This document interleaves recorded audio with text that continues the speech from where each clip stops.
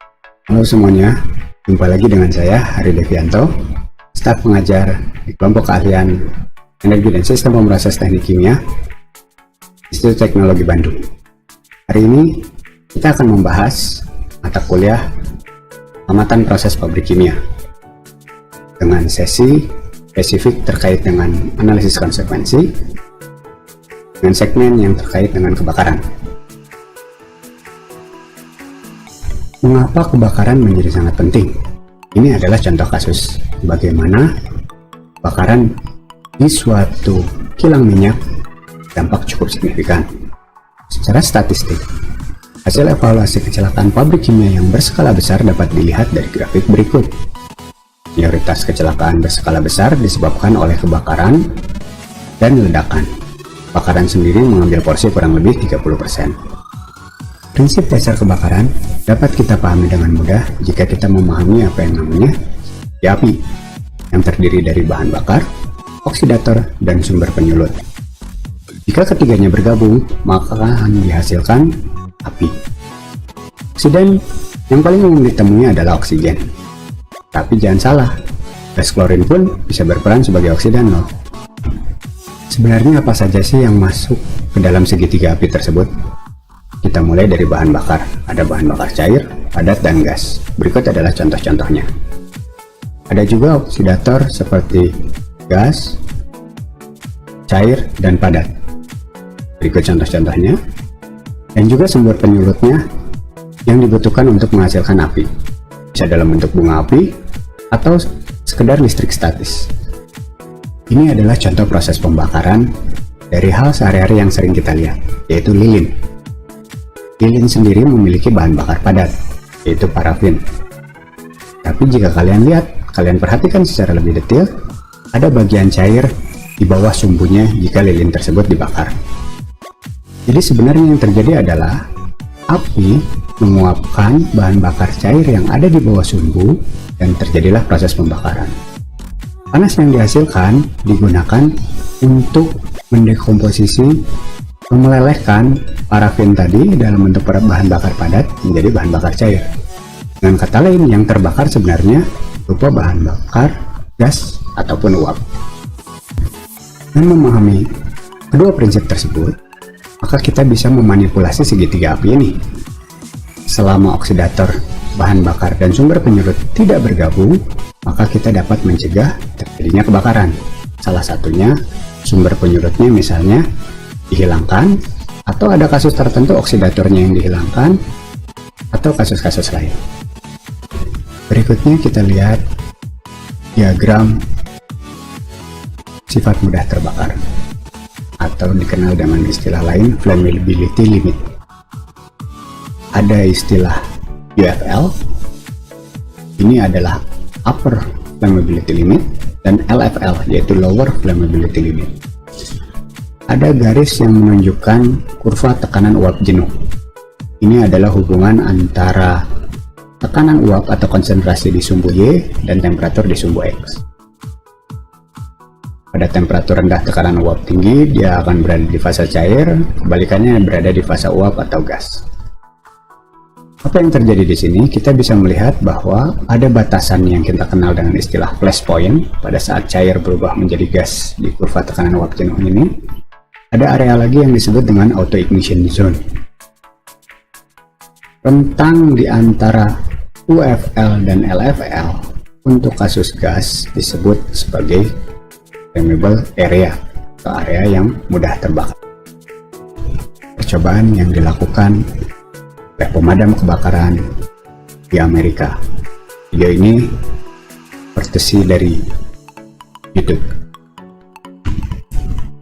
Pada saat awal, kita bisa melihat sekalipun dipanaskan terus-menerus, tetapi kondisi belum tercapai, maka api tidak akan menyala.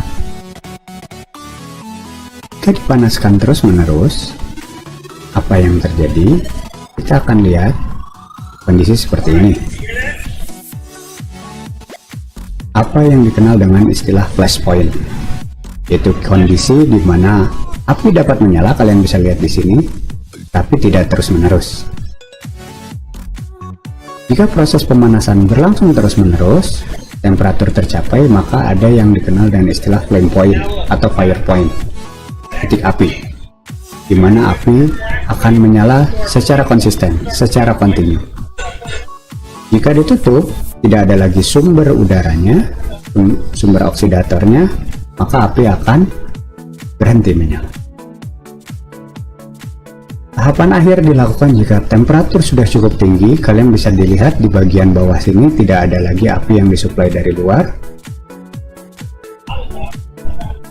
Begitu dibuka, secara otomatis akan menyala. Ini yang kita kenal dengan istilah auto ignition, atau dalam bahasa Indonesia dikenal dengan istilah titik tuas sulut. Selanjutnya kita akan membahas terkait flammability diagram. Jika kalian perhatikan, ada 3 sisi dari segitiga flammability diagram ini. Sisi pertama adalah bahan bakarnya, sisi kedua oksigen, dan sisi kedua nitrogen. Bahan bakar yang digunakan di contoh ini adalah gas metan.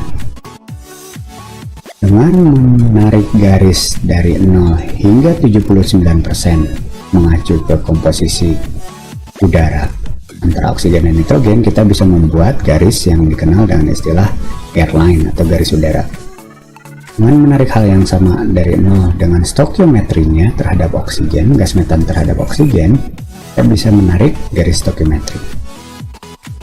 Pada batas inilah kita bisa menentukan UFL dan LFL dengan menghubungkan garis upper limit di oksigen murni. Dengan melihat penjelasan sebelumnya, kita dapat menentukan campuran memiliki sifat yang mudah terbakar berada di rentang seperti apa jika terpapar dengan udara. Kita pun dapat menentukan pengendalian dan bagaimana cara menghindari agar bahan tersebut tidak mudah terbakar di udara. Kendalanya, data eksperimen yang tersedia relatif terbatas dan juga bergantung kepada komposisi bahan kimia, fungsi tekanan dan temperatur. Tapi jangan khawatir, karena diagram tersebut bisa diperkirakan menggunakan perhitungan termodinamika dengan bantuan software simulasi proses. Coba perhatikan di papan tulis kalian. Pertama-tama kita bisa membuat segitiga berbasis pengetahuan dasar tadi. Untuk kasus sekarang kita tidak menggunakan metan tetapi menggunakan LPG. Lalu ada oksigen di satu sisi dan nitrogen di sisi yang lain. Dengan komposisi 21% dan 79% kita bisa menarik garis udara. Dengan stoichiometric line yang berbasis kepada perbandingan antara oksigen terhadap hidrokarbon yang ada di sini, kita pun dapat menentukan berapa batas stoichiometriknya. Lalu dengan menggabungkan upper limit oksigen, kita bisa menentukan batasan UFL dan LFL-nya.